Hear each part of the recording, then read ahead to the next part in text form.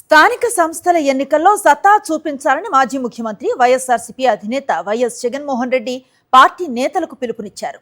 వెన్నుపోటు పార్టీపై ప్రజల్లో ఉన్న వ్యతిరేకత కారణంగా వారికి వ్యతిరేక తీర్పు వస్తుందన్నారు. వైఎస్ఆర్ కాంగ్రెస్ పార్టీ తరపున ఖచ్చితంగా ప్రతి చోట పోటీ ఉండాల్సిందే అని తేల్చి చెప్పారు. ఎన్నికలు స్వేచ్ఛగా నిష్పక్షపాతంగా జరిగితే ఖచ్చితంగా పార్టీ జెండా ఎగురుతుందన్నారు. లోకల్ బాడీస్ ఎన్నికలను సీరియస్గా తీసుకోవాలని, నిర్లక్ష్యంగా ఉండొద్దని నేతలకు దిశానిర్దేశం చేశారు. లోకల్ బాడీ ఎలక్షన్లలో తాడో పేడో తేల్చుకునేందుకు వైఎస్ఆర్ కాంగ్రెస్ పార్టీ రెడీ అయింది. ఎన్నికలు జరిగే ప్రతి చోట ఖచ్చితంగా పోటీ చేసేందుకు పక్కా ప్లాన్ గీసింది.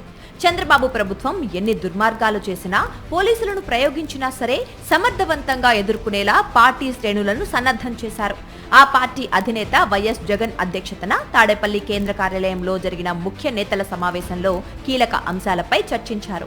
రాష్ట్రంలోని అన్ని అసెంబ్లీ నియోజకవర్గాల నుంచి సమన్వయకర్తలు, ఎమ్మెల్యేలు, రాష్ట్ర ప్రధాన కార్యదర్శులు ఈ సమావేశంలో పాల్గొన్నారు. ఈ సందర్భంగా వైఎస్ జగన్ మాట్లాడుతూ, చంద్రబాబు ఎప్పట్లాగే ఎన్నికల సందర్భంగా తీవ్ర స్థాయిలో అరాచకాలకు పాల్పడతారని, అయినప్పటికీ వాటిని గట్టిగా ఎదుర్కోవాలన్నారు.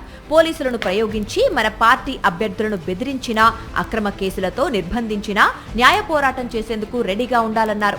అవసరమైతే మీ కుటుంబ సభ్యులను కూడా ఎన్నికల్లో పోటీ చేయించేందుకు రెడీగా ఉండాలని జగన్ పార్టీ నేతలకు సూచించారు.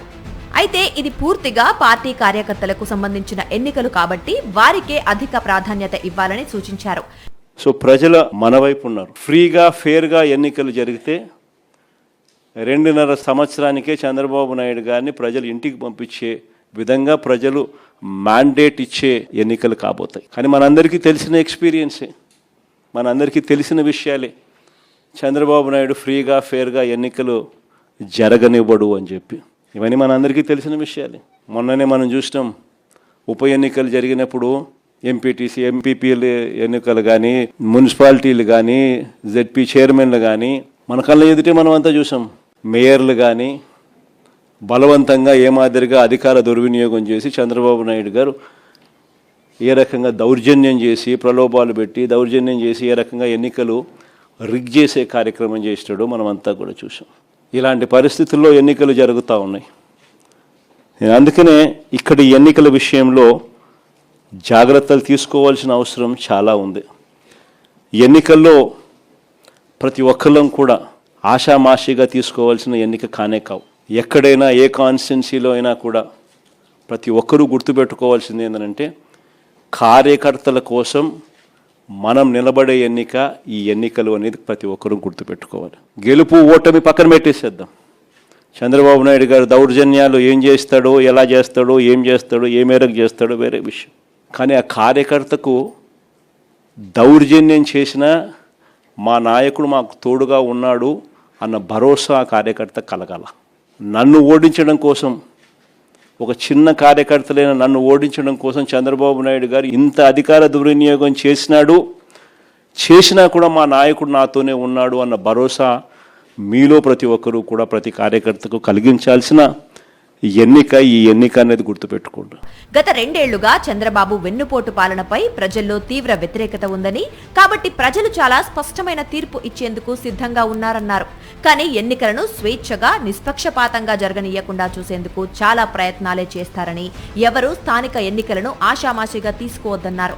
కార్యకర్తల కోసం నేతలు గట్టిగా నిలబడాలని స్పష్టం చేశారు.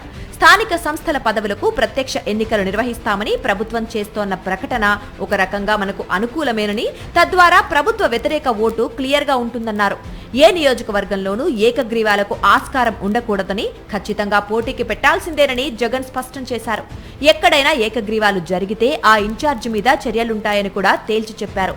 పోలీసులు తమ జులుం ప్రదర్శించాలని చూస్తే తొలుత సున్నితంగా హెచ్చరించాలని, అప్పటికీ పద్ధతి మార్చుకోకపోతే డిజిటల్ బుక్ లో వారి పేర్లు ఎక్కించాలని స్పష్టం చేశారు.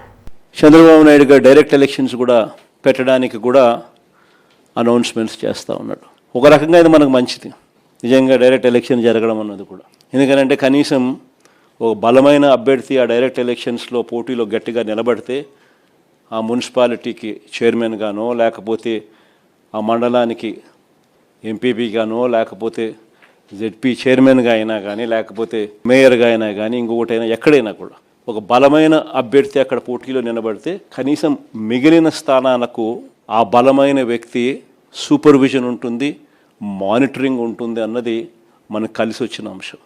బలమైన అభ్యర్థులు అక్కడ పోటీలో ఖచ్చితంగా మనం కూడా నిలబెట్టాలి. మున్సిపాలిటీలకు కానీ డైరెక్ట్ ఎలక్షన్స్ కాబట్టి ఆ మండలానికి కానీ బలమైన క్యాండిడేట్ను మనం తీసుకొని వచ్చి పెట్టాలి. ఆ బలమైన క్యాండిడేట్ మిగిలిన వాళ్ళందరికీ ఆ మండలం పరిధిలో అయితే మిగిలిన ఎంపీటీసీలకు అయితేనేమి, లేదా మున్సిపాలిటీ పరిధిలో అయితే మిగిలిన కార్పొరేటర్లకు అయితేనేమి, వీళ్ళందరికీ కూడా ఆ మనిషి బలాన్ని ఇవ్వాలి. ఆ మనిషి సూపర్విజన్ చేయాలి. ఆ మనిషి సూపర్విజను, ఆ మనిషి బలాన్ని రెండింటినీ కూడా కార్యకర్తలకు ఇవ్వగలిగితే ఒక బలమైన క్యాండిడేట్ గెలుచుకొని వస్తాడు అనేది గుర్తుపెట్టుకోవాల్సిన అంశం. ఈ ఎన్నికల్లో మనం గెలిపించుకునేది మన కార్యకర్తలు. ఈ ఎన్నికలు జరగాల్సింది ఆ కార్యకర్తలకు భరోసా ఇచ్చే విధంగా జరగాలి. ప్రజల వాయిస్ వినిపించే విధంగా ప్రజలకు మనం తోడుగా నిలబడగలగాలి. అది ఖచ్చితంగా గుర్తుపెట్టుకోవాల్సిన అంశం. ఎక్కడైనా కూడా మీ నియోజకవర్గాలలో ఎక్కడైనా కూడా ఏకగ్రీవంగా ఎక్కడైనా ఎన్నిక జరిగితే మాత్రం నన్ను అడగాల్సిన పనిలా క్యాండిడేట్ ఆ తర్వాత ఎన్నికల్లో పోటీ చేయడానికి మీరే గుర్తుపెట్టుకోండి. ఎక్కడైనా పోటీ జరగకోకుండా ఏకగ్రీవంగా ఇడిచిపెట్టినారంటే మాత్రం ఆ తర్వాత క్యాండిడేట్ ఎమ్మెల్యే ఎలక్షన్లో క్యాండిడేట్ కాడు అనేది గుర్తుపెట్టుకోండి. అంత ప్రస్ఫుటంగా అంత క్రిస్టల్ క్లియర్గా చెప్తా ఉన్నా. ప్రతి చోట పోటీ జరగాల.